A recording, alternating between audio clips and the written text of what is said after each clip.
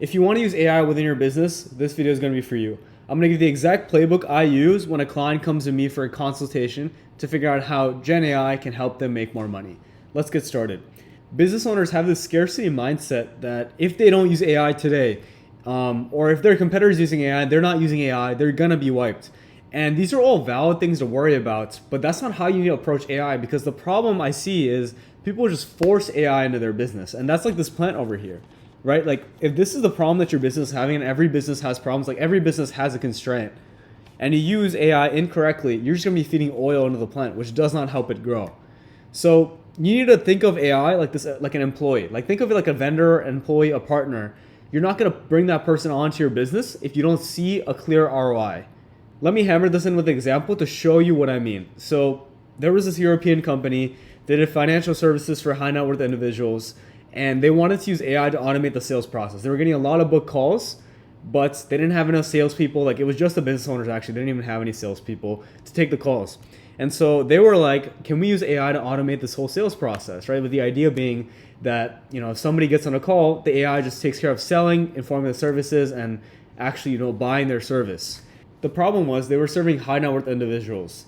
And you can kind of see where this is going, which is really obvious when I've stated this way. But if a high net worth individual is going to get on a service with you, you better have a real person behind that service. In that scenario, you could put a chatbot, a sales bot, voice bot, whatever you want to call it, in there, and it would probably work better than a human. Like it would be faster because it would like answer your questions directly. It would be cheaper because you're using OpenAI, Claude, open source LM, doesn't matter. So it makes sense. The context is just that, like from a business high level architecture point of view, it didn't fit in that context, right? Like you were putting the wrong solution to that problem. There was no way around in that case. You had to hire more salesmen, which is why I denied that project.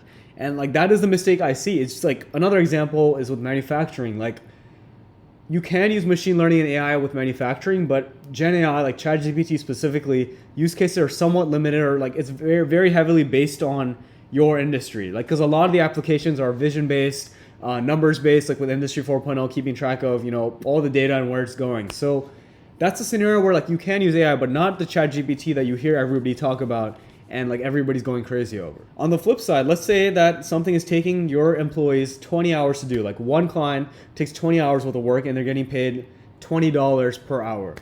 If I come in and use AI so that 20 hours gets cut down to 1 hour, right? Now that is a scenario where you're actually benefiting and like seeing a real ROI, right? Because now those 19 hours that I just saved you, right? Not only is it going to be cheaper for you because you just saved 19 hours of that employee wage, and the AI is only going to cost you like $5-10, whatever that may be. But now you can take on more clients, right? For those 19 hours that you saved, you can get 19 more clients because now it's 1 hour per client. You see how like it's a very clear breakdown of what the ROI is going to be. So unless like you're an enterprise and you're just trying to explore and see different use cases, in which case it does make sense because it's more like an R&D thing. If you're a small to medium-sized business, you have to see a clear ROI or else it does not make sense. And that is really the ironing out and like a bulk of what I do in these business calls is just figure out what exactly is the problem, because oftentimes it's actually hiding as well. Like being in the business 24/7, it's hard to identify what the bottleneck actually is. So I'll map out the full system, right, from marketing to sales to fulfillment to recurring, whatever that depends on your niche, service portion. And from there, we're like, okay, well, this thing, I know that AI can solve this, whether that's ChatGPT or a traditional machine learning algorithm that uses numbers. And we're like, okay, I can do this thing for you. I can tell you that this is going to save you this amount of time because I've done it before, or the industry's done it before, or like it's clearly possible. And from there now is when we're actually solving a real business problem, which is going to save you time and help you make money. Another thing I've seen is starting a new product line for your existing customers. That is something I've seen that's made my clients a ton of money. So basically you have an existing customer database, you sell them on a new AI solution that's doing the same thing that they're doing before, but is better, faster, and cheaper.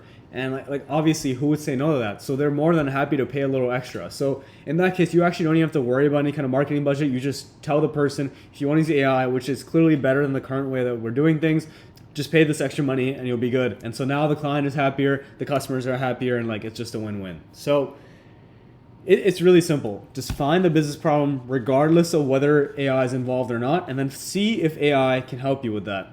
Obviously, if you need help determining what AI can and cannot solve, my company Apply GPT can help you with that. We do consulting. I'll put my links down below. But even if you have an AI engineer, even if you have a little bit of background about like the different types of problems that AI can solve, which I have videos about, I think it would be much farther ahead than just randomly and like almost from like the scarcity, pray and spray mindset, putting AI and probably burning anywhere from like $500, $1,000, $2,000 in the process.